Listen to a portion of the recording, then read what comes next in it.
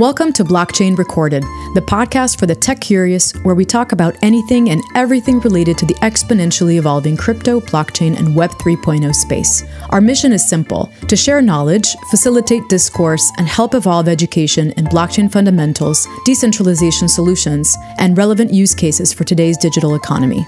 We at Blockchain Recorded are not registered investment advisors and do not deal with financial or trading token elements, nor offer any licensed financial services. The content of this podcast is for informational and educational purposes only, while the opinions of all parties involved are their own. I'm your host, Nina Tserar, and now let's talk blockchain.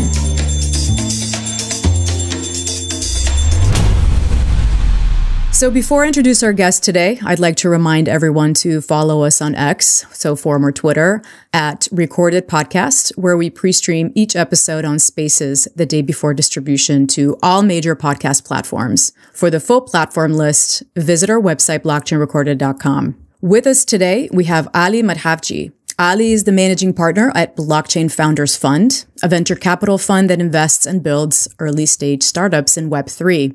He's a limited partner at Loyal VC and Draper Goren Holm. He consults organizations on emerging technologies such as INSEAD and the UN on solutions to help alleviate poverty. Aly is an internationally acclaimed author. He served as Senior Blockchain Fellow at INSEAD and was recognized as a Blockchain 100 Global Leader. I'm going to let Aly fill us in on the rest, as the list of accomplishments is actually quite extensive. Aly, welcome to Blockchain Recorded. Thank you so much, Nina, for having me, and I'm thrilled to be here. Likewise. I've looked forward to this conversation because this is the first for us to have a perspective from the investing in VC side versus just speaking with founders of Web3 startups. So pretty excited about what we're going to talk about today. So given your extensive resume, usually I shoot off with the typical question of, can you tell us about your journey to Web3 and what brought you to Web3 and why? Absolutely. Yeah. It's a fantastic question. And I think it starts even in reality before I entered Web3. And I think it's because there's a number of factors that go into when you see this and you start seeing this industry, or you start, and you come across Bitcoin for the first time. A lot of people, would have walked away from the space. A lot of people did walk away from the space. And so I think a lot of it actually culminates in reality from my background growing up, and even in reality, sort of the situation that allowed me to even, be born and raised in Canada, right? So my parents are actually refugees from East Africa, from Kenya and Uganda. And for many of you that may be familiar with the situation in 1972, a lot of the Indian descent, a lot of the non-African population was basically kicked out because of a military dictator that came to power in Uganda. Right. And my parents, fortunately, met in Vancouver, but they actually fortunately got planes to Canada, right? And my dad actually came in a military plane, and they dropped him off, with the clothes on his back and nothing else, right? And wow. And you come from, learning about that as you grow up, and, the situation that your parents went through, and even the instability around the world, and how that sort of shaped, essentially your entire foundation as a kid. And, really that helped to give me, I think, a global view from fairly early on. And, when I first came across Bitcoin, then it really clicked because you could, after, there was a period where, it went down a massive rabbit hole on Bitcoin, but really it was about and understanding, how does this actually change the world, right? And how does this actually solve some of the challenges around instability and, governments taking advantage of their people? Having said that, if I only had, say, a Canadian view or an American view or a British view, it would have been very difficult to understand that because they're much more stable countries, let's call it. Right. And, that actually shaped a lot of my views. And then, fast forward a little bit, a number of years later in 2016, I was at INSEAD in Singapore and France, and decided to actually make the move full time into crypto. And people thought I was a little bit crazy at the time. Crazy. And when I went into INSEAD, I had a lot of goals. Even one of them was to triple my salary, which was a lot more than, the typical, the average person might have a 50-60% increase from an MBA, such as INSEAD. I was like, hey, I'm going to go in, I'm going to triple my salary. I got offers from, some of the top companies in the world. My parents were super excited that I was going to be moving close to home again, to one of the biggest companies in Seattle. And I was like, no, I'm going to turn all of that away. And I'm going to basically start a company in the Web3 or in the blockchain space in an industry that my parents had never heard of, right? In a country that they were, vaguely familiar with because I was at INSEAD, but really had not heard of before, which was Singapore. And, and that was sort of the start of an entire career in this space. So 2016 onwards. And then after the exit in 2017 from the exchange, we started Blockchain Founders Fund. And we now have 130 companies in the Web3 space. And so it's been quite a journey to get to here, but we've backed a lot of incredible companies all across this space. So 2016, 2017 is when you exited the startup. That was like the during or pre-ICO, the ICO boom. What was that like? Or were you?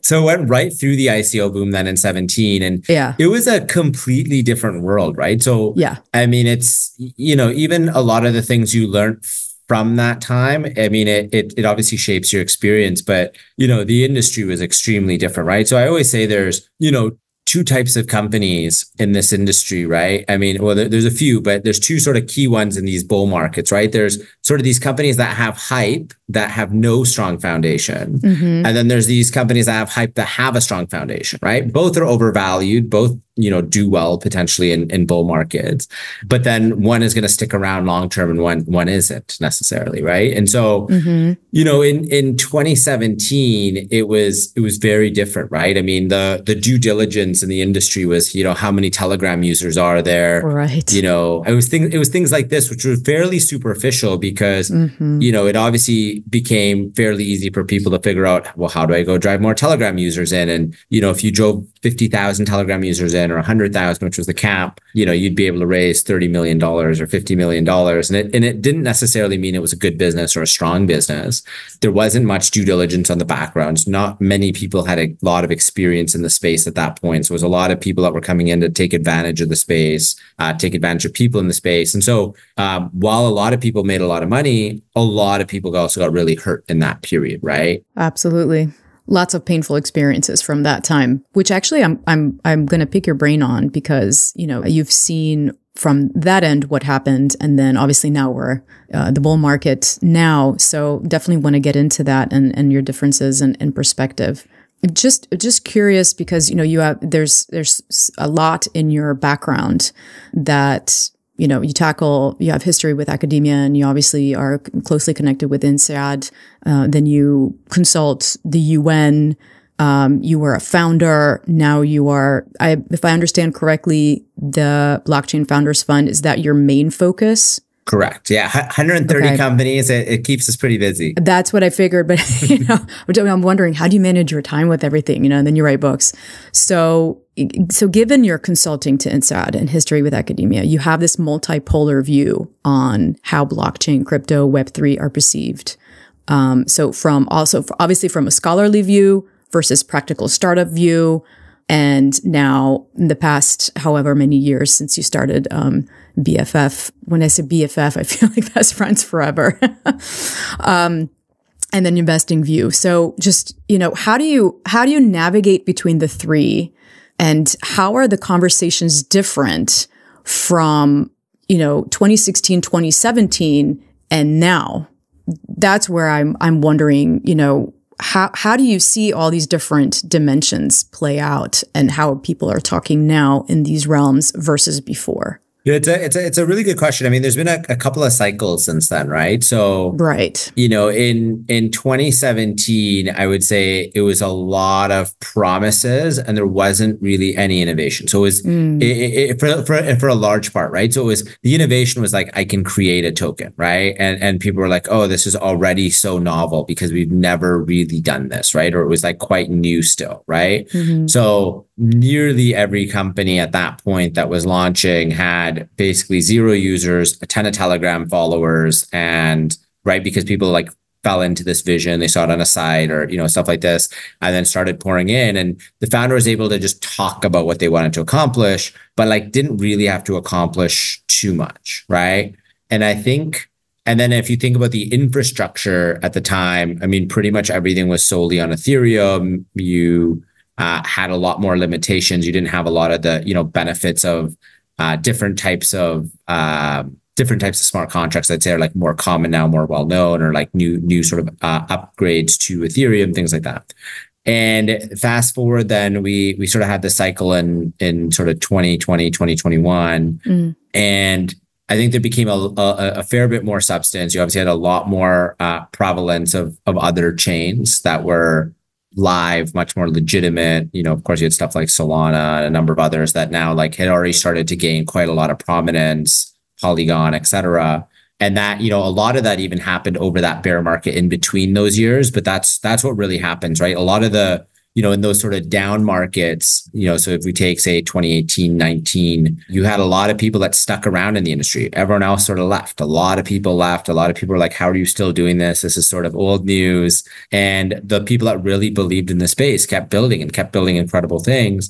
And then that really took off with the next set of hype in, 2021, 2022. You had the emergence of things like NFTs and gaming and all of these things like really blew up to like a new level that had not been seen before. You had even a lot more innovations on the DeFi side with yield farming and all of these things that really, were talked about a little bit over that bear market in between, but just really took off to sort of much more mainstream. And then in 2021, you also had, I would say, a lot of consumers, just regular people coming into primarily, coming into all sorts of things. So of course, things like Axie on the gaming side, but a lot of them came into finance products, right? So, and they weren't decentralized finance products always. Most of the time, they're actually centralized finance products. And I think this is where a lot of people got really hurt because they looked at blockchain and said these centralized finance products are blockchain or crypto, and they really fully aren't, right? Because they're not following all of those principles of decentralization. You don't actually own your assets. Like you basically still have a single point of failure. And then we saw that really how damaging that could be, right? With things like FTX and Celsius and BlockFi and all of these sort of mega centralized finance platforms, let's call it, that all sort of went under one after another, right? And then again, I think a little bit of a similar story, people were like all left the industry and they went back to tech jobs and all sorts of other things and said, hey, this industry looks a little dead and why are you still in it? And a lot of incredible people kept building and we had more and more innovations. We solved all sorts of, complex problems around even how do we make this smoother for developers? How do we make sure all developers aren't just building the same thing over and over for all these different companies? And we start creating things like unified API. So you integrate one thing and you save, 2 years of development for 2 different or 3 different staff. And you do these types of things on the tooling side that really made it a lot easier to build. We've got all sorts of innovations right now being built, in that decentralized finance market, in things like how do you bring more yields on chain from the real world or real world assets, and all sorts of other really cool things like decentralized physical infrastructure is really picking up right now. And so it's booming again. What I like so far about this market is it's less of that sort of scammy nature. I think the industry's learned from all of those mistakes we all made over the last, few cycles. And as of now, I think it's much more legitimate. A lot of the companies that are raising are companies that just built incredible things, were heads down, building great products, and then going and getting users and doing a lot of those, really gritty things you need to be doing as a founder over that bear market. Having said that, as the market continues in this bull cycle, I'm sure it'll come back with more of that, even more hype nature, even more people coming back to the industry, trying to take advantage of people. And, we end up with that cycle again, to some extent. Right. So definitely want to get into what the implications of the current bull market are in terms of from the VC perspective. Just taking a few steps back, just wondering, do you have experience with dealing with sort of legacy technology founders, or is it just Web3? Like just regular tech folk? Yeah. So, I mean, I do. If you do. Yeah, absolutely. So how would you say that they're different? Like the founders thinking in terms of legacy versus Web3 blockchain founders, for example? Yeah, it's a good question. I mean, I would say like a lot of the characteristics that you'd want in a founder are going to be similar. I think where you end up with some of the bigger challenges is where founders almost somewhat create their own barriers, right? So if you think about the traditional way of scaling a company, right, you're going to, even if you take something like Uber, like take, DoorDash or companies like this, right? Like you launch in a city, right? So you build this tech, you launch in a little city like San Francisco or a part of San Francisco, then you expand to San Francisco, then you expand to maybe a couple of cities, then you expand to California, then you expand across, in the next state, the next state, the next state. And, 5 years later, you're covering the US, right? Or a few years later, you're covering the US. And then you're starting to go internationally. Mm-hmm. And the blockchain entrepreneur thinks a little bit different because you're kind of going global from day one, right? So it's a very different way of thinking. Mm-hmm. And that creates its own challenges, but its own benefits, right? Because you may actually find people all over the world that really have a strong affinity to this, and they become your sort of champions and, your word of mouth, things like that. But it creates all sorts of issues, right? I mean, it creates issues around language support and customer service and all of these other things that, you now need to start figuring out very, very quickly in order to thrive, right? Mm-hmm. Yeah, pretty interesting. What would you say then in terms of, just from the VC perspective, since this is sort of the focus? So what would you say is, well, or maybe how the roles of the VCs are different in the Web3 crypto world, so where you're predominantly now, versus the role of let's say like a typical VC in like the legacy traditional world? How are they different? How are these roles different? How do they have to adapt differently to Web3? It's a good question. I mean, it's not an easy question. If I'm going to be honest, if I'm going to be honest, I mean, I think the challenge, and if you talk to a lot of founders, which on the show, I understand there's a lot of founders on the show. I mean, the challenge is in reality, like a lot of VCs aren't actually necessarily helping you that much, right? And of course, we want to find founders that have strong experience and know where they want to go and know where they're trying to get to. But we want them to tell us. So our objective is fairly different from a lot of other VCs. Like we want to be the first place that a founder comes and says like, "Hey, I'm trying to get here. I have these blockers. Like, can you help me out?" Right? And then we'll help them out, or we'll figure out how to help them out, right? We'll figure out who we can get them in front of, who can open up doors. And the big advantage is, and I had the same experiences as a founder in my company, there was things that like probably would take me 30, 40 hours to go figure out, get to the right people. And some of my advisors or investors would take 10 minutes, connect me to the right person. The next day I'm on a call with, the CEO of a major stock exchange, can ask the questions I have and figure out, the direction that I need to go on certain questions, right?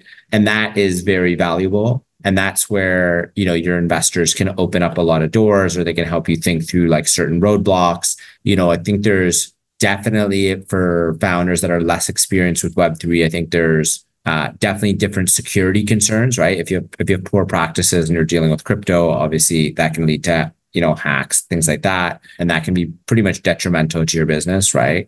Depending on how much exposure you have. Mm-hmm. So there is factors like that make it more challenging, and there's no recourse, right? There's no recourse to fix a hack in most cases, as an example, because it's sort of the future of money, right? Or the value of money on the internet, right? So that is a very different scenario. But I think in reality, the rest of the stuff is similar from like strong VC perspective, right? So it's, how can we figure out like strong partnerships that can drive more users or more revenues or more business partnerships? How can we figure out like other key investors that would be able to drive value and come in and support and help our companies get better capitalized? And then there's sort of the aspect around talent, right? And can we help bring in strong talent to help, this company move better, faster, stronger? Mm-hmm.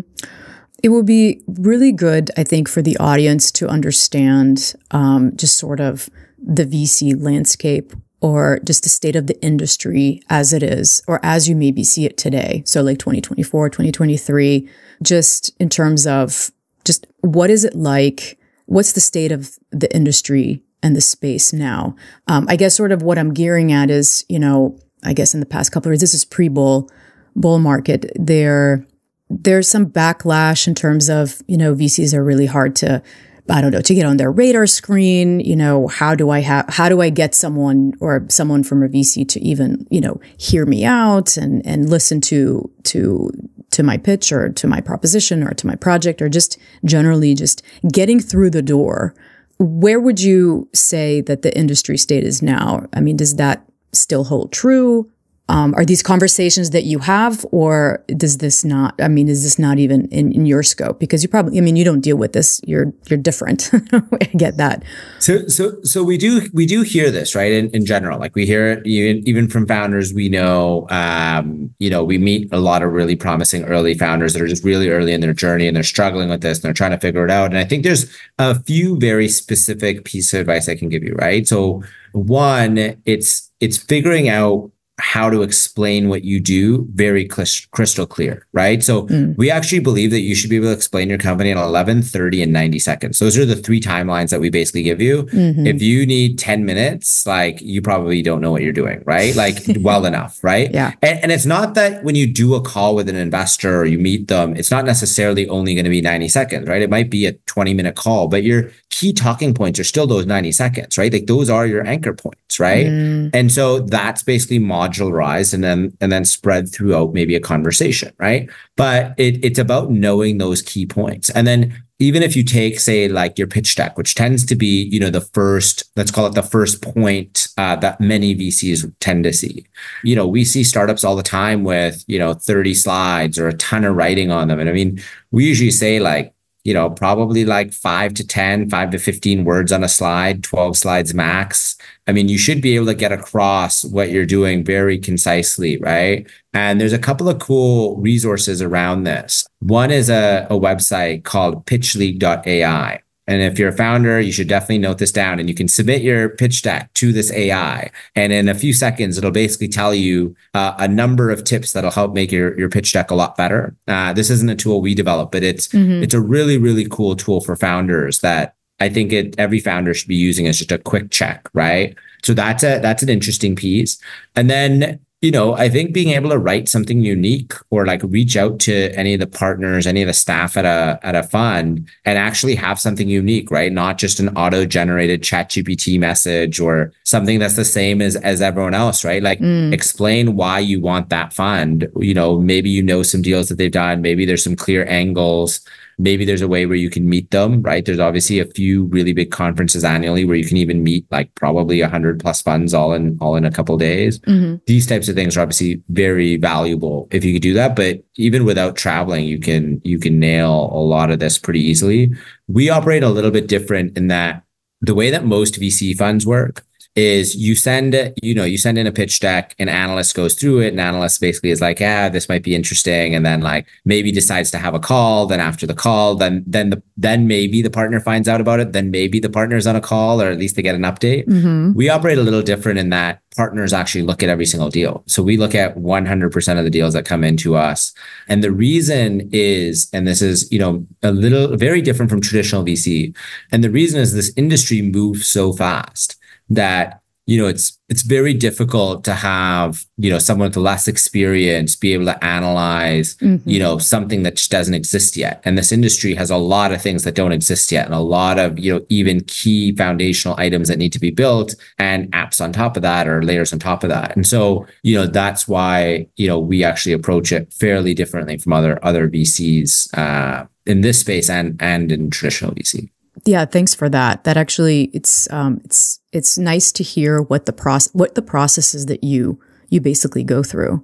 So just like you said, the typical analyst from the VC, that's like the first filter. But for you guys, so as I understand, it's all of the founders that basically go through every single, I guess, project pitch deck. I mean, how much time do you dedicate to this? Because how many do you get? Like, for example, now is the bull market. Is it different that you get now more project proposals than during a bear market, for example? It's interesting. It's actually not a crazy increase. And I'll kind of explain why. So I'll give you the numbers, right? So we typically look at about 500 deals a month. 500 a month. Correct. Okay, that's a lot. It's not too bad. I got lots of time. So The reason why it actually isn't like a dramatic increase, the quality does increase a lot, and then it'll decrease in the bull market. Like it'll increase at the start and it'll decrease later as there becomes more random projects. But why it doesn't increase a lot is because in the bear market, a lot of funds aren't investing, and so founders have to go to a lot more funds to go raise the same amount of money, and because of that, you'll still see a lot of founders that are, need to raise and they're out there still trying to raise, et cetera. In the bull market, you could go to 5 funds and you'll raise around. That doesn't mean it's the 5 best funds for you, but it like everyone wants to kind of give you money and it becomes a lot easier, right? So that dynamic changes a little bit. Of course, there's still a very strong value to funds that know what they're doing, that have been around, that can drive value into the company. In this space, like what's really interesting is, back in 2016, 17, a lot of the funds that were leading then are not even around anymore. Right. And then there was a whole set of new funds that came up for the 2020, 2021 bull market. And then they're no longer around. And now we're on a new set of even, fund entrants. And then of course, there's some players from those 2 other cycles, but you do see a lot of funds that just don't make it through. And there's a reason they don't make it through, right? And so there's also value in working with funds that have been in the space for a long time that can bring that expertise and experience. When do you actually find your work more stressful? During the bull or bear market? That's I'd probably say the bull market actually. While it's nicer in the bull market in the sense that people don't think you're as crazy and why you're doing this. Because I can tell you, I got a lot of people in the bear market be like, why are you still doing this? Like, isn't this done? Isn't it AI now? Isn't it only AI or is it the next day? Yeah. So, there was a few phases. I think there was like clean tech in there and then AI, et cetera. So, people are like, blockchain's done. And so in that period, like that makes it a bit more challenging. But what's great in the bear market is you just have incredible founders building, getting results and not trying to just like, be out all day fundraising. Because at the end of the day, fundraising is nice, right? But it doesn't build businesses, right? It doesn't build success. Like it's really going out there, just talking to your users, talking to your customers, figuring out what they need, figuring out what they want, building that, driving value that way, and like creating value, right, in the market. And so in that way, I think bull markets are more stressful because it's a lot less time even to make decisions. It's sometimes you get lost in that hype as well. And so you got to be, very careful to make sure you stay grounded, et cetera. Yeah, very true. Fair enough. You mentioned that people say during the bear market, so that they've said to you, blockchain is done. Like, who says this? I mean, obviously not by name, but I mean, because, even during the bear market, I've had these conversations, builders and just different teams. I mean, they're just quietly building, whether or not it's the bull or bear market. And it's interesting to hear, like, who actually still denies this. Is this more on the VC investment side or is it academia? Like, who are these people that you generally find that get pessimistic? To be honest, I probably have a different view. I think it's almost everyone, right? So, and I'll tell you, right? So, I mean, it's everything from family, right? As you can imagine. Well, that's, yeah. but even going to like consumers, like think about this last bull market, not the current one, but the previous one, right? We had a ton of people. Like I would be in different cities around the world, like New York, San Francisco, London, and like taxi drivers are telling me about their holdings in crypto. And then all of those platforms that they were on went under, right? So you had like FTX, BlockFi, Celsius, like all of these companies go under, and that hurts so many regular people, right? And I mean, just all sorts of people. And then they're going to tell their families and their friends that, this is a scam or this happened and like, don't do it and be careful. And so like we damaged so much of our credibility in this last market, and that created even a lot of corporates that were very anti the space. I mean, you look at the gaming companies, a lot of gamers don't like the space. A lot of it's misconceptions, right? Like, I've talked to a ton of gamers that are like, hey, blockchain's really bad for the environment. And I think they're talking mostly about Bitcoin, but none of the games are built on the Bitcoin network. And so it's just like a complete misconception. And I think that's where like education's valuable. But even then, when you sort of go further, the thing that ends up driving a lot of things is the money, right? So the LPs are less interested in reality in blockchain when it's not a bull market. And that means also donors. So it's not just LPs, it's then donors to institutions and academic institutions. And that means funding for researchers. And so researchers are less interested because they're not getting funding for it either. All right. So So it actually sort of trickles through the entire sort of, ecosystem, or the whole sort of all the different stakeholders, where now it's coming back a lot because of that, right? Throughout your VC career, I'm sure you witnessed Web3 startups fail. When do you see this normally? Like, when do you see Web3 startups fail today more so than, or compared to, let's say, I don't know, when you started out, like 2016? So going back to 2016, 17, I think maybe what was different is pretty much every round was a hype round, right? Like whether it was your pre-seed or your Series B, they were all hype rounds because like no one was really building anything that phenomenal, right? Like, I mean, there was some stuff, but a lot of it was people just trying to do an ICO or whatever. And it was also pretty quick money. I mean, people were raising even at that time, 2 weeks, 3 weeks, you're doing multiple rounds and then you're done raising, right? And you're almost like going public on week 3, right? Because you're basically launching a token to the public and then you're raising a bunch from the public. And, in some cases that might have been hundreds of millions of dollars, or in certain cases, billions, right? And you then fast forward to where we are now. At least what's nice is there's still hype in some ways. So that part is, you got to navigate, but at least there's substance maybe past the second raise or third raise, because you're probably not raising in this type of market more than 1 or 2 hype rounds without trying to like build something with substance and like get users and, show actually what you can do. I remember in 2016, 17, there was all sorts of just incredible promises that were made that, like, honestly, I don't know if they wrote a line of code. Hopes and dreams, right? But this is after raising 30 plus million or 20 plus million, right? Like just crazy things. And the whole thing was just, how do I pump my own token without doing any real work, right? Right. And this was frustrating. And I think these are the types of things that damage the space, right? It's the same misconceptions where I think people will get hurt again when they use these centralized finance platforms or centralized platforms and don't really understand the true nature of blockchain. The true value of it is actually the decentralization and being able to, use some of these tools. And some of these tools have been quite complicated historically. They're getting a lot better. There's a lot of decentralized tools that are coming out to make all of this easier, to make it simpler, to even like abstract gas fees away and make it easier to do different finance functions or different gaming functions without all of that sort of terrible UI, UX that you saw historically. So I think these things are exciting in this market. Having said that, I mean, there's still projects that'll raise a lot of money in this market, and it'll continue that, like, traditionally wouldn't raise 1/10 as much probably, right? If you're in a traditional venture world. What common practices have you seen that successful, sustainable startups engage in?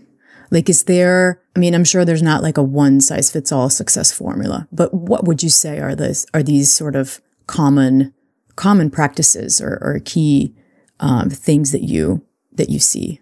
Yeah, absolutely. So when we diligence companies, we got about 90 different things that we look at, right? But of course, some of the most critical things are around the founders and the team.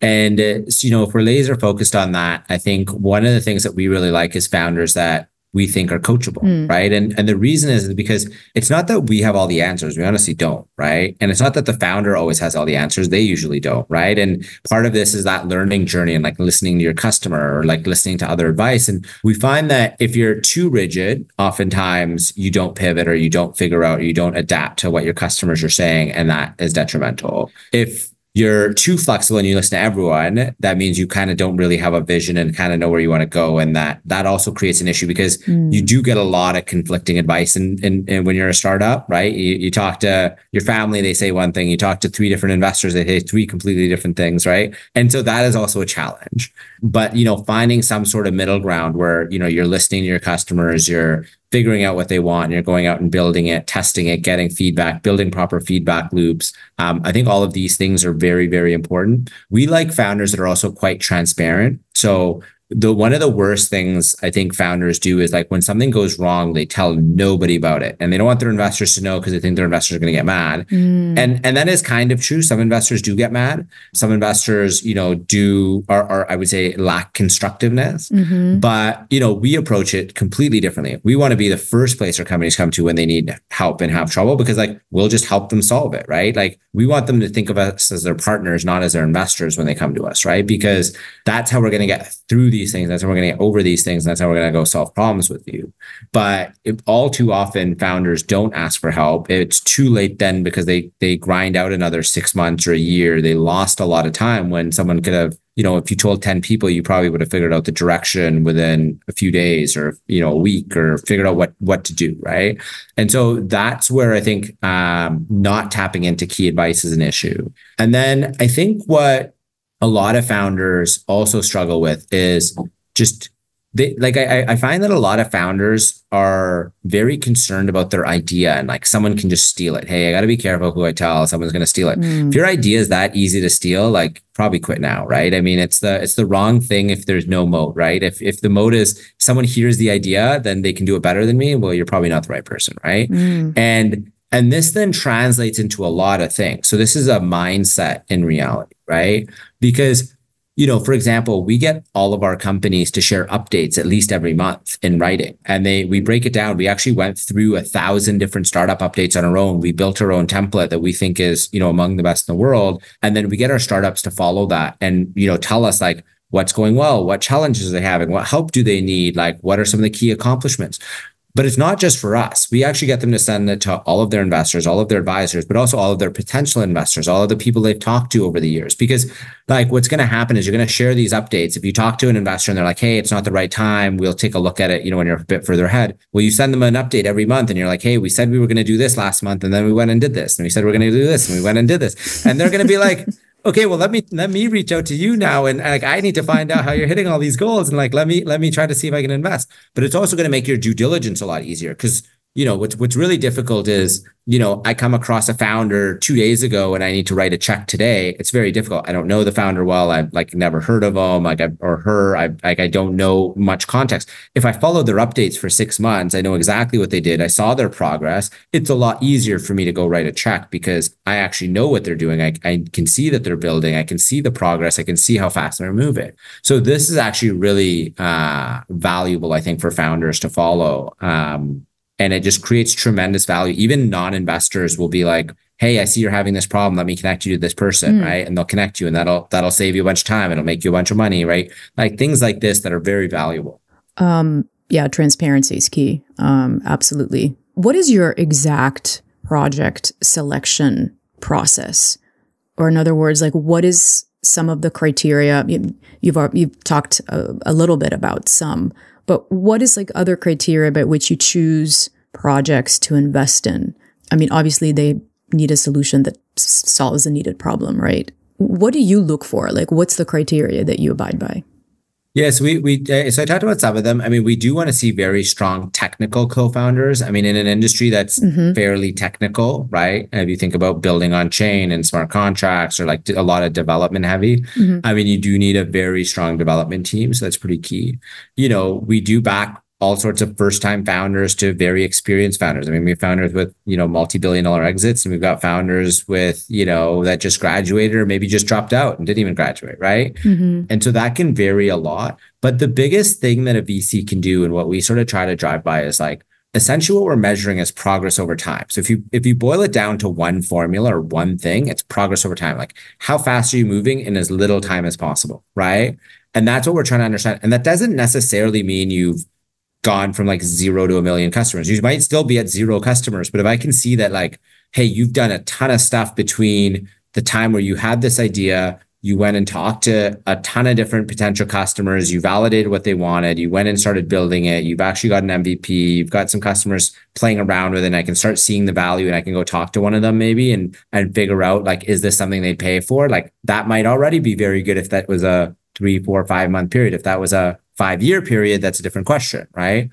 And so, as much as we can start seeing that, progress over time formula, essentially, and try to understand, what's happening under the hood and how fast is this thing moving, how sticky is it, do the customers love it? Like, that's what matters more to us than, would I use this? Because I can tell you there's a bunch of products in our portfolio that I wouldn't use. And it's just because like, I'm not the target customer, right? And that's not the most important thing. Right. Fair enough. So you mentioned obviously having a strong tech foundation is important. How do you assess and evaluate the tech solutions? For example, like do you have like an internal tech team? How do you even know what's sound, what's not sound? Or have you done this, so much and so long that you can just sniff if something is not what you think should be? I mean, I think there's a few different parts to that, right? So you get the one side of you've got an incredibly strong technical team, but you don't have the strong business skills or understanding of the customer. And that is also very detrimental, right? That leads to potentially extremely tech heavy products that don't have great UI UXs, that aren't, built for the customer. And that makes it complicated in itself, right? And not used. And so, there is a flip side to this, but one part is we do have a lot of experts in very specific domains, right? So if you're doing something on more like, decentralized finance, there might be a different expert than gaming, for technicals or like things like this. Okay. Depending on the stage, if it's live, it becomes a different question, right? If it's a live product, you can also like see what customer retention is like and how much do customers like it. And, you could also go, like we could go use it, which we actually use all of our products. Like we'll go test them out and download them and, see things like that, depending on what it is. And so I think it does depend, has it launched, has it not? How technical is it? Is it like a multi-year layer one development before it and it has a sort of big launch? Or is it, something where you can like iterate and launch quite quickly, right? And sort of use more sort of like agile methodology and things like that, right? So I think it does depend though on the type of company. Do you tend to support more specific niches like within Web3? I mean, you just mentioned, you probably go all around. So DeFi, gaming, you mentioned more so. Do you tend to sort of, navigate towards more specific ones that you're more in tune with, or do you completely diversify across? Yeah. So I mean, the industry moves quite fast, right? So the things we were looking at in 2017 are, extremely different from the stuff that we're looking at, today as an example. And so because this industry moves so fast, we don't use these sort of broad market thesis per se. So we actually have about 25 open sub thesis where we think there's major problems in the Web3 space and no market leader or like a clear beachhead that, a new, entrant can sort of win that market. And so, for example, right now we've been investing in things like decentralized physical infrastructure, which we think is quite interesting. So Helium sort of led the way in this space, but you can think about, how do you sort of build a network where people all around the world maybe can contribute to, or, a network, maybe it's like, anything from like mobile data sharing to, creating a private internet to all sorts of things that would sort of touch on in this space, right? And you'd have all sorts of people that are incentivized all around the world or all around a region that are contributing to that. There's been different themes right now that are interesting, like liquid staking has been one. We're quite interested in intents. Intents are, for example, if X and Y happen, I want to do Z or Z. And that's quite interesting from a trading perspective. And trading is still obviously a big part of crypto. And we think that intents can start consuming a lot of OTC markets or over the counter markets. So, can you bring a lot of things that aren't happening fully on chain on chain? And we think that sort of opens up and expands the entire market size. So we think that's quite interesting. There's different things in terms of like abstraction layers for crypto that we like. We like a lot of tooling. So things that make the industry scale and grow faster from more of like a tool infrastructure level is interesting. And then, there's a ton of, infrastructure plays if we see gaps in the market where we think they can sort of change the industry in the way that it operates, right? And make things sort of better. What about DAOs? Have you ever financed a DAO? Yeah, so we do. And we also have invested, for example, in docs teams and non-docs teams. And, and that creates its own complications. But, the challenge with DAOs, I'll tell you, I think it's an incredible concept. I think there's a lot of potential here. But the big problem I have with DAOs, if you take, let's call it 95% of the DAOs out there, maybe more, and you ask a few friends like, hey, how do I go do something with this DAO? And someone says, go talk to these two people and you can do something with this DAO. it's not really a DAO then, right? If there's two people you can talk to, and then you can get, you know, all sorts of things happening with that group, it's probably not decentralized, right? So this is the big problem behind DAOs is in reality, there's a human need to try to consolidate power or maintain power, not give up power. And so you end up with a lot of these projects that masquerade as a DAO, and they're really not, because they are fairly controlled.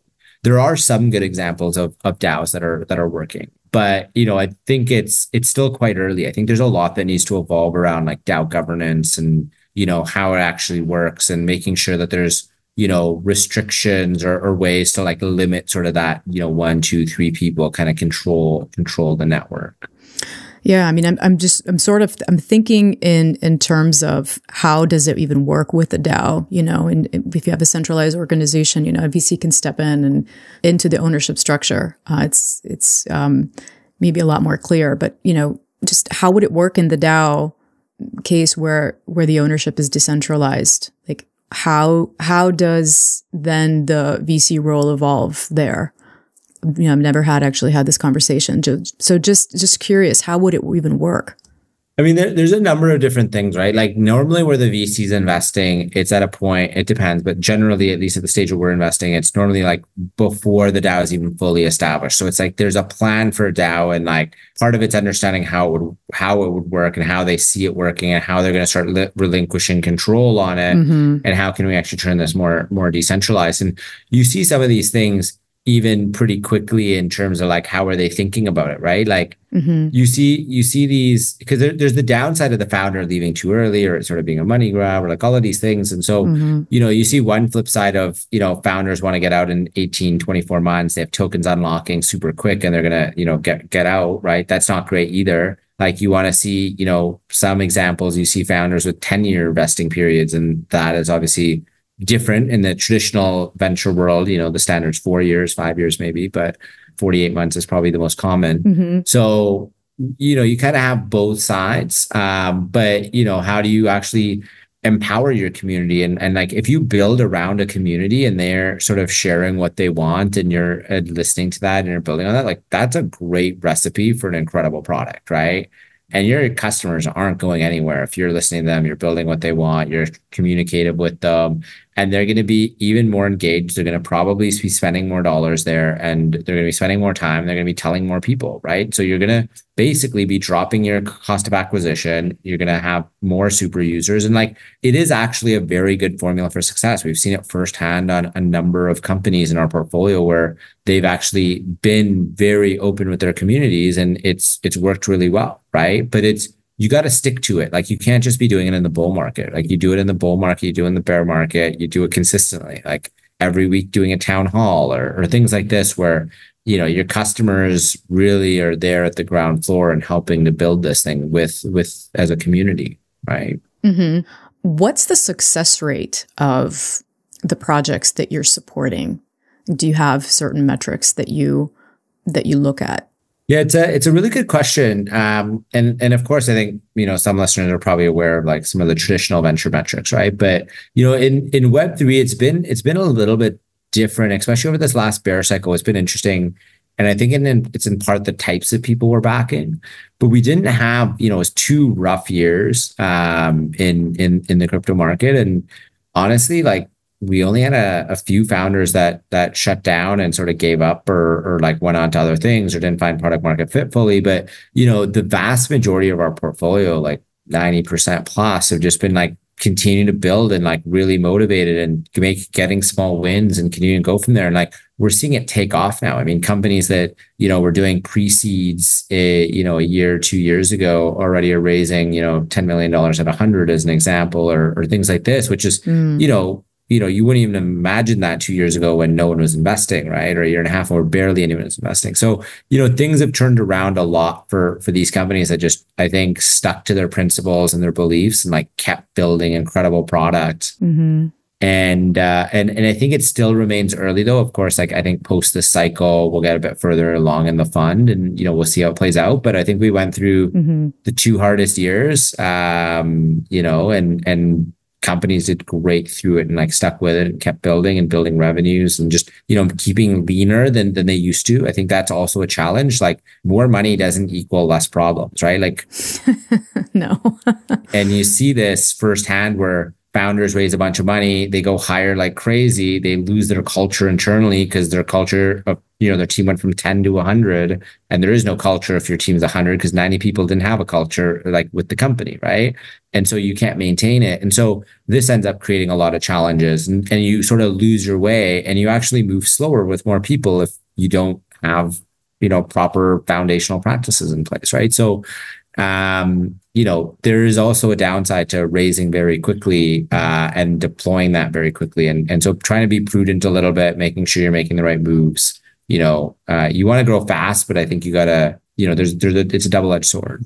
Mm-hmm. So you alluded to the 2 years of being a little more rough and lack of investment. What about the regulatory pressures that, of course, are central to a lot of the conversations, and somewhat, there's lack of clarity and et cetera. Where do you see, or do you see this, or do you have an opinion on this, that a Web3 company can be incorporated more seamlessly? Or does this have any effect on your conversations with founders? So in terms of do you have insight on which jurisdiction is, I don't know, most crypto friendly currently? Some say it's Singapore.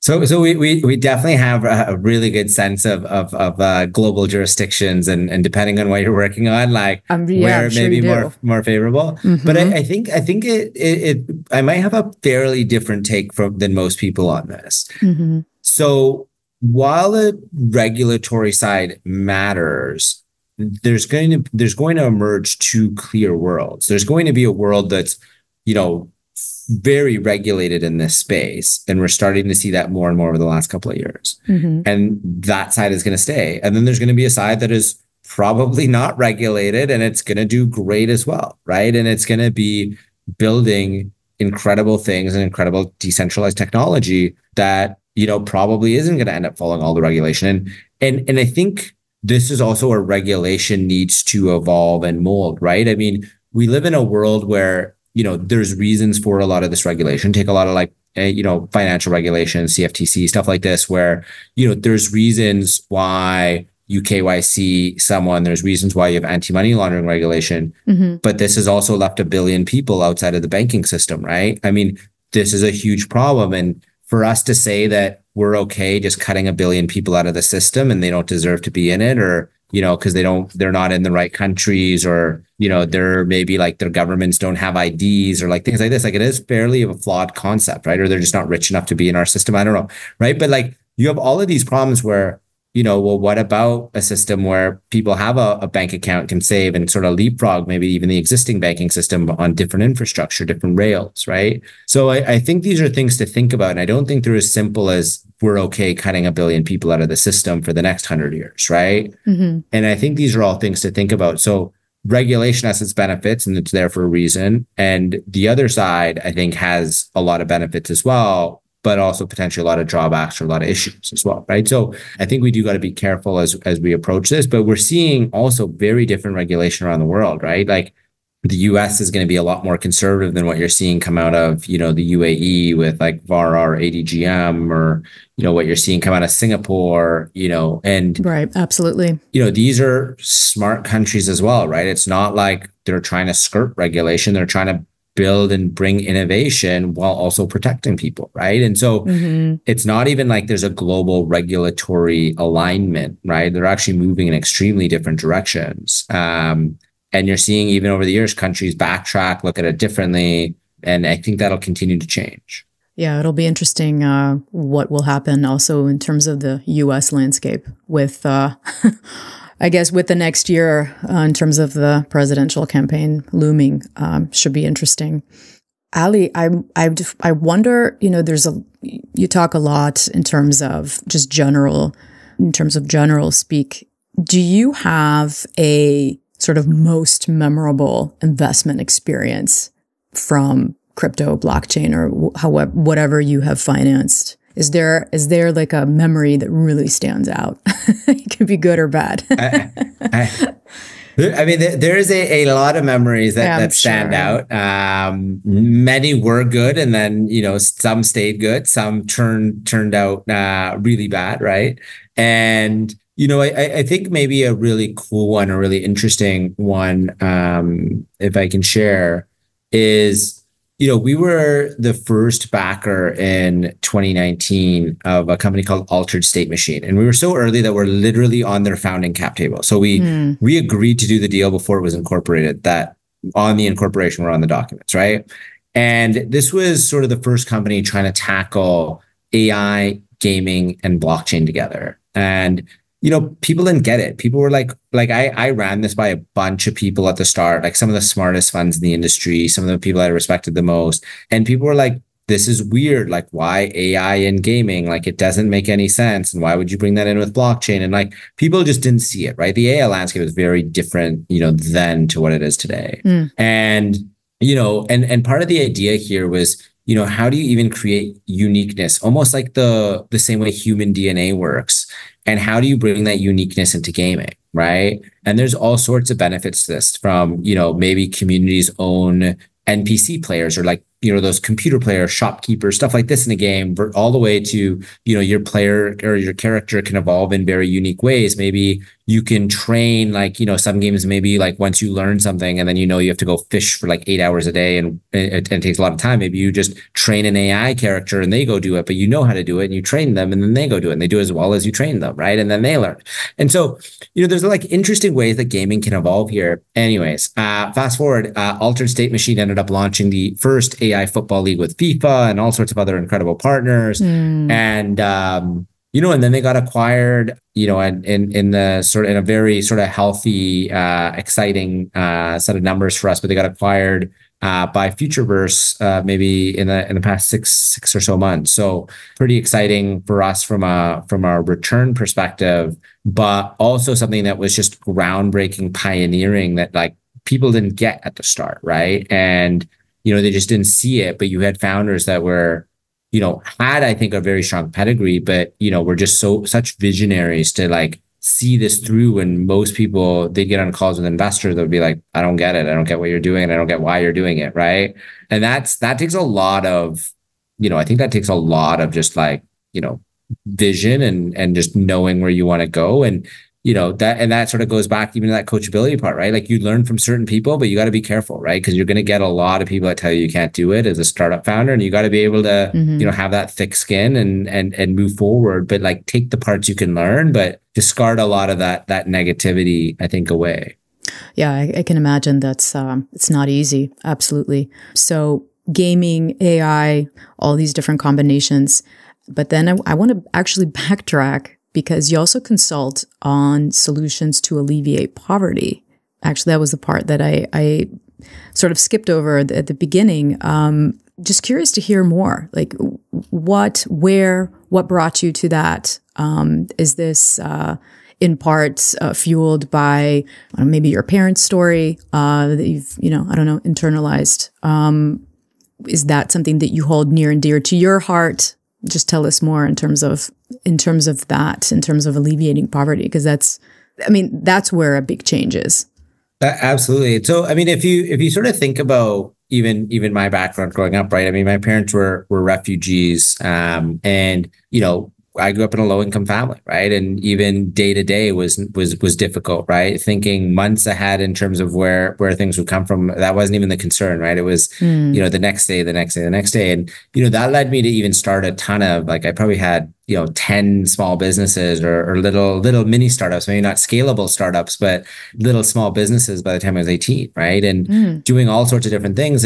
But one of the things I learned from a really young age that my parents instilled into me was, to help people around you. And that ended up having a very big impact. And so, you mentioned at the start about the books, I published 3 books. I actually give them away for free, right? And 2 of them made it to number 1 on Amazon, the education space. And part of that was just trying to help the people that, I already made all the mistakes. Like, let's try to help some other people not make all the same mistakes, right? And then, what was interesting with some of the work with the UN And what was really funny is the UN actually, I guess, discovered some of the things we were doing in the space and reached out to me on LinkedIn, and I didn't respond.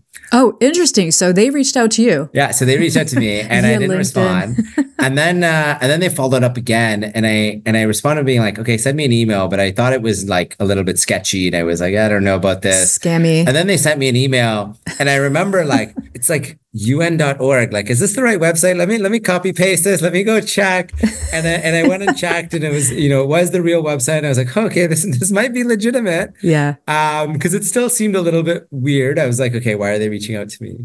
And then I got on a call, and everything was good, and in a video call, and we sorted that out, and they wanted us to basically come in and help write one of the flagship reports for how blockchain and crypto could help achieve the UN Sustainable Development Goals and help alleviate poverty, primarily in MENA and Sub-Saharan Africa.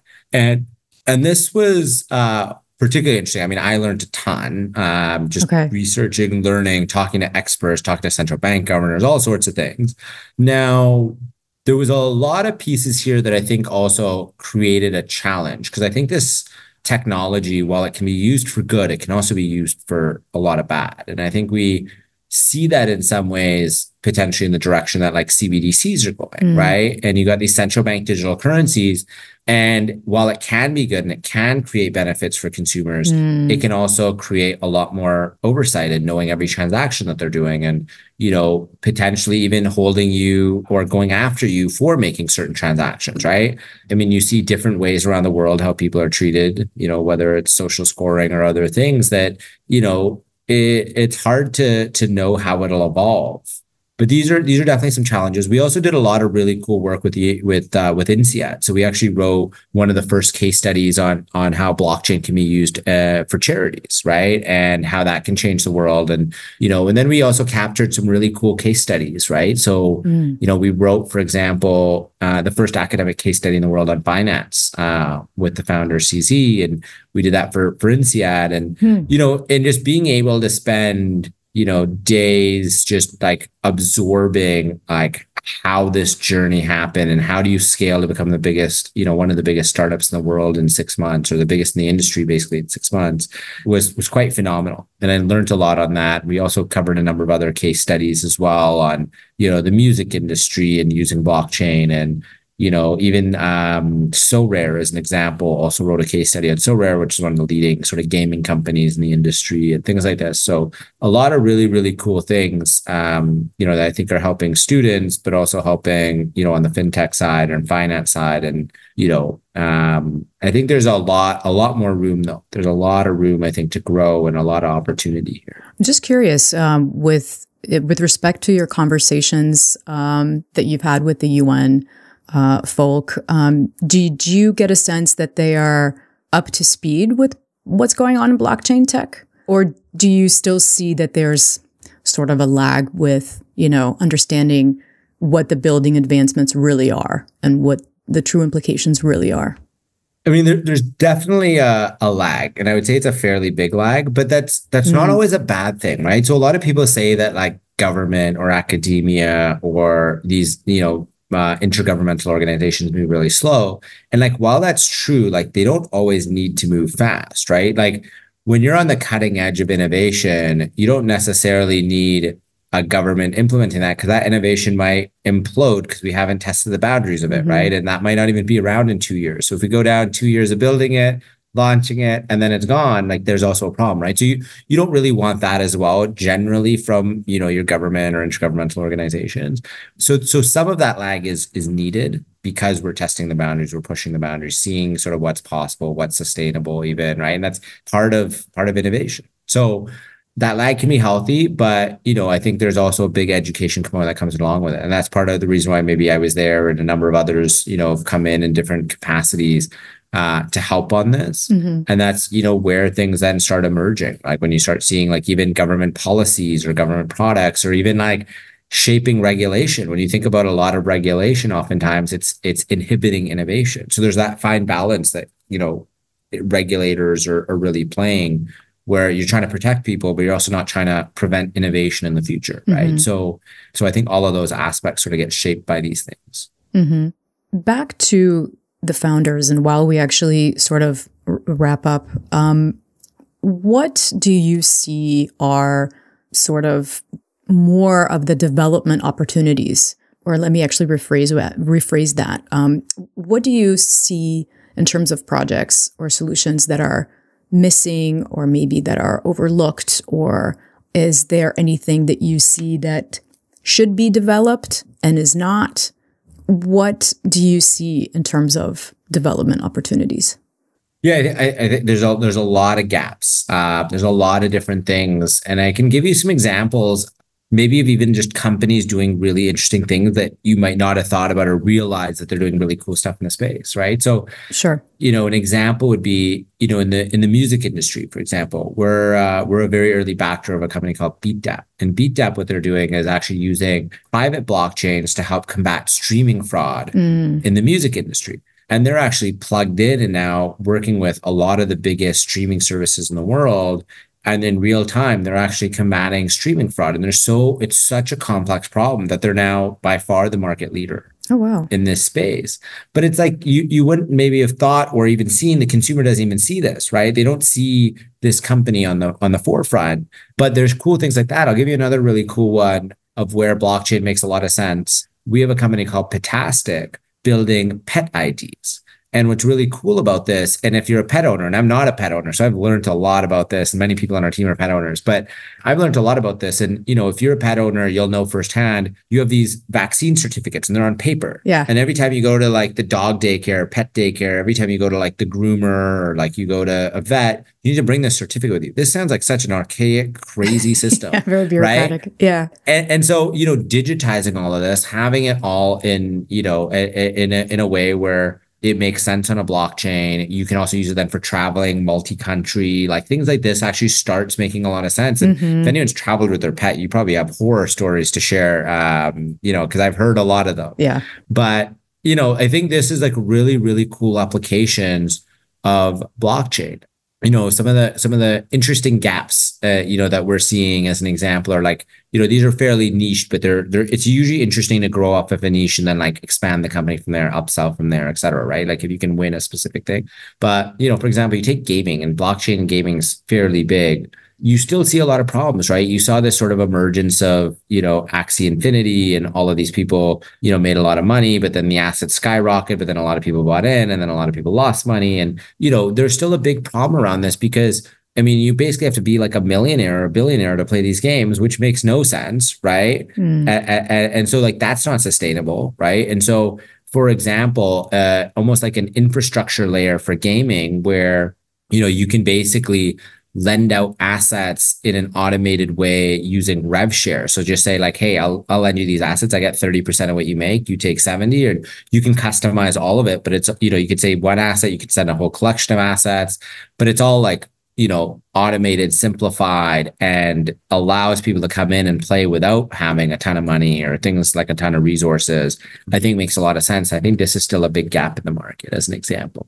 There's a lot of other ones I could go through, but I hope that gives like a fairly like diverse set of examples, because I think that's important to see even what are the possibilities of what's happening in the space. But I think you got to marry that with what you're passionate about. Yeah, sure. Yeah, thanks for illustrating that. I actually heard you speak of the pet example in one of I guess it was a different talk that you gave, and I thought can be very relatable. Sure, yeah. There's a lot of different development opportunities across, but I guess for a lot of them is just also, does it make sense or does it not make sense? You're talking about the private blockchains for music. And then, well, not even long ago, it's funny because I talked to some of gaming founders, and they were having sort of the dilemma of whether or not Web3 makes sense for them versus having just, old school legacy type of, gaming infrastructure. So with that respect, do you see any trends in terms of the gaming industry? Because like I said, not so long ago, or this seems like it was last year, there were sort of mixed feelings whether or not it does make sense to have blockchain tech there.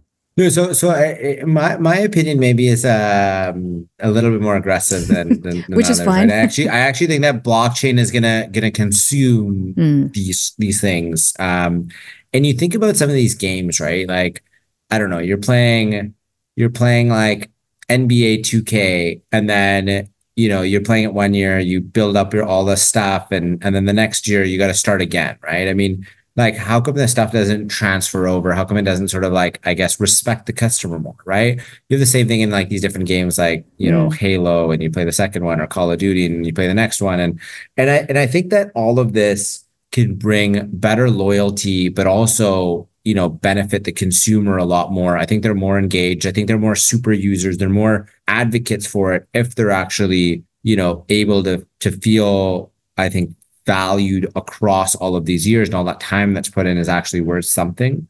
And I think that's kind of missing. And I think as people discover this and learn this, and as the games that are using blockchain get better and better, and we're starting to see that right now, I think this dynamic's actually going to change, and it's going to start creating a domino effect where people are going to have to, and developers are going to have to go blockchain, because it is a better system. Like, I actually believe it's a better system. hmm I think the challenge is right now is there's a lot of misconceptions, right? So you do have a lot of gamers that think that gaming on blockchain is bad for the environment because they're thinking about Bitcoin. And that doesn't make sense, but that's what they think, right? And so we need this education layer. We do need people to learn about it, but the experiences can be a lot better. And then imagine even like having more of a say of what goes on in the organization and things they're building and features they're building. And that's going to be better for the organization because the people that are paying you are telling you what to build, and are more passionate about it. Right. But it's also better for the gamer because they're more excited when these things happen, right? So I think it's a win-win-win all around, but it's just going to take time to get there. Yeah, sure. Well, Aly, this has been awesome. Thanks so much for illustrating a lot of these examples. What would you say, or how would you do, or do you think about this? I'm just curious about your perspective on where the future of VCs in this space lies. Do you think the role is going to be different? Do you think, or not? Or do you still plan to sort of employ sort of the similar strategies that you're doing now? Where do you see the space sort of, either short term or long term? Long term in blockchain is like, it's the time relevance is different, but where are your thoughts on that? I do think it's going to continue to evolve, and I think it actually evolves quite quickly, right?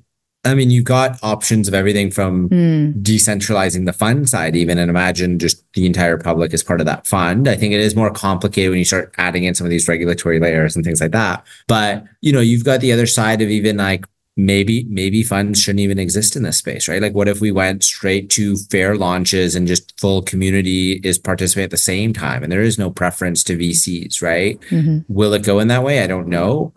Is it better? I think there's a lot of benefits to going that way. I think there can be some drawbacks, right? But because, like, for example, VCs do a lot more due diligence, or sort of a lot more, they're kind of that layer that's putting in, I think, a lot of that heavy lifting sometimes, depending on the VC, but like can help be a very strong signal to, hey, we did do background checks, and hey, we do know this team and this company really well, and we know what they're building. We did verify the stuff. We checked contracts, or we looked at the code, or different things like this. So that is some of the benefits of it, but this could theoretically just all be decentralized, right? And I think that's a very interesting way to think about the future of this industry.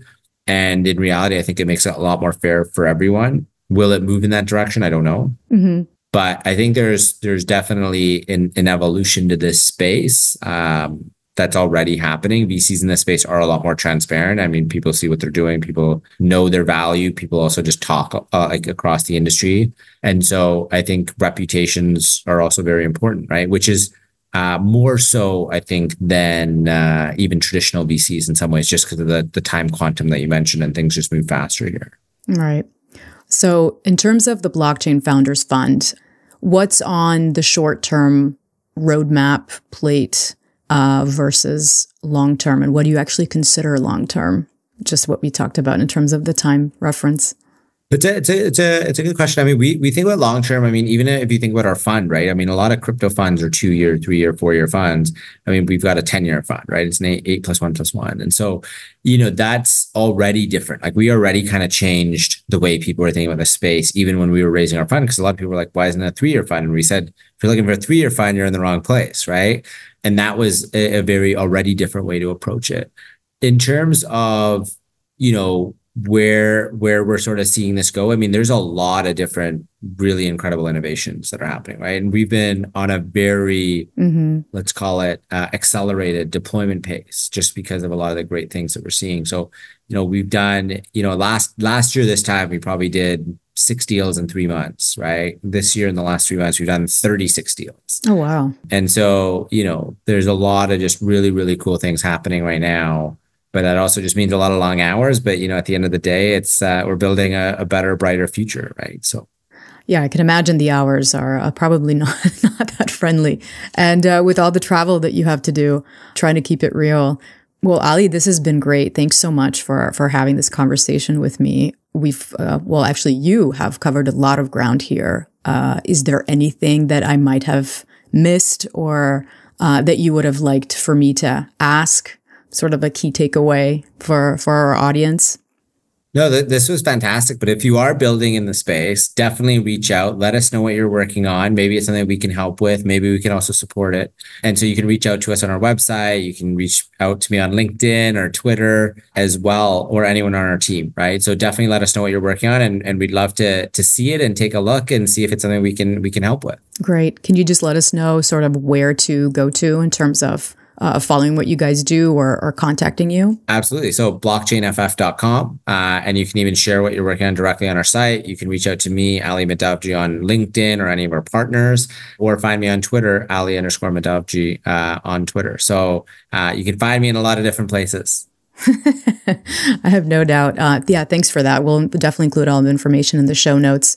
Now that we know that you do look at every single pitch that goes through your way and that you review everything, it's actually very good to know. It's very interesting to know how you guys do your day in and day out in terms of reviewing, I guess, just projects that come your way. So, Aly, thanks so much for joining me today and enlightening our audience with your rich perspectives. They vary, just like what I mentioned at the beginning, you have a very multipolar view in terms of what you've gone through as a founder or co-founder, and from your academia experience and investing side. So it's very valuable for our audience and for anyone else who's listening. So it was a very special non-technical treat for us. My pleasure. And so I wish you all the best and stay in touch. Thank you. Stay in touch.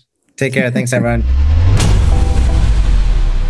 Thanks again to our guests, and thank you everyone for listening. Thanks also to the Bariam Music team for providing their music. You can check them out on bariammusic.com. The episode supporting information is on our website, blockchainrecorded.com. Our podcast is available on Google, Apple, and Amazon Podcasts, as well as on YouTube, Spotify, and Radio Public. You can follow us on Twitter at Recorded Podcast and YouTube, where we are super grateful for your support. Stay tuned for our next episode.